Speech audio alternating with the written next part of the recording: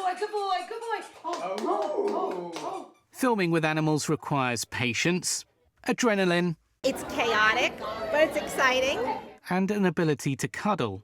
Filming for Puppy Bowl is in its 10th year, and it's as hectic as ever.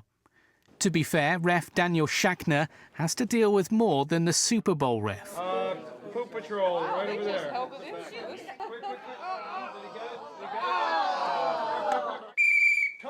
Time out. Just a reminder, this is the Puppy Bowl, not the Poopy Bowl. We have over 21 cameras this year. 10 of those are GoPros. TV viewers get to watch the match during breaks in the game. So what could it look like? Well, this was last year's pitch drama. Mandy now has the ball. And she's doing some open field running. And even though fans at the stadium get to watch cheerleaders, what they don't get is keyboard cats.